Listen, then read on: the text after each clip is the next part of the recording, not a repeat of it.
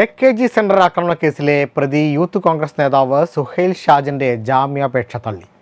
Thiruvananthapuram judicial 1ാം class magistrate കോടതി 3 ജാമ്യാപേക്ഷ തള്ളിയത്. പോലീസ് കസ്റ്റഡി അവസാനിച്ചതിനെ തുടർന്ന് കഴിഞ്ഞ ദിവസം പ്രതിയെ കോടതിയിൽ ഹാജരാക്കിയപ്പോഴാണ് ജാമ്യ ഹർജിയിൽ വാദം നടന്നത്. വാദം നടക്കുന്നതിനിടെ ദേഹാസ്വാസ്ഥ്യം അനുഭവപ്പെട്ടുവെന്ന് പറഞ്ഞ പ്രതിയോട് ഇരിക്കാൻ കോടതി നിർദ്ദേശിച്ചിരുന്നു. AKG സെന്ററിന് നേരെയുണ്ടായ അക്രമത്തിന്റെ മുഖ്യ സൂത്രധാരൻ സുഹൈൽ ഷാജനാണ് എന്നാണ് കേസ് അന്വേഷിക്കുന്ന ക്രൈംബ്രാഞ്ച് സംഘത്തിന്റെ കണ്ടെത്തൽ.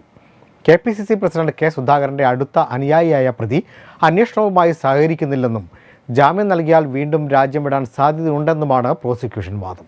കേസ് അന്വേഷണവുമായി താൻ പൂർണ്ണമായി സഹകരിക്കുമെന്നും ക്രൈംബ്രാഞ്ച് നേരത്തെ ആവശ്യപ്പെടാത്തതുകൊണ്ടാണ് ഇതിനു മുമ്പ് ഹാജരാകാത്തതെന്നും വിദേശത്തേക്ക് പോയതെന്നുമാണ് പ്രതിയുടെ വാദം. AKG സെന്റർ ആക്രമണം നടക്കുമ്പോൾ സൂത്രധാരനായ സുഹൈൽ നഗരത്തിൽ തന്നെ ഉണ്ടായിരുന്നു എന്നാണ് ക്രൈംബ്രാഞ്ച് കണ്ടെത്തൽ. സുഹൈലിനെ ക്രൈംബ്രാഞ്ച് കഴിഞ്ഞ ദിവസം പല സ്ഥലങ്ങളിലും എത്തിച്ച് തെളിവെടുപ്പ് നടത്തിയിരുന്നു. കഴക്കൂട്ടം, വെൺപാലവട്ടം എന്നിവിടങ്ങളിലായിരുന്നു തെളിവെടുപ്പ്. ആക്രമണം നടന്ന ദിവസം രാത്രി ഇയാൾ സഞ്ചരിച്ച വഴികളിലൂടെയായിരുന്നു പോലീസ് തെളിവെടുപ്പ് നടത്തിയത്. waytonikah.com, the exclusive Muslim matrimonial site.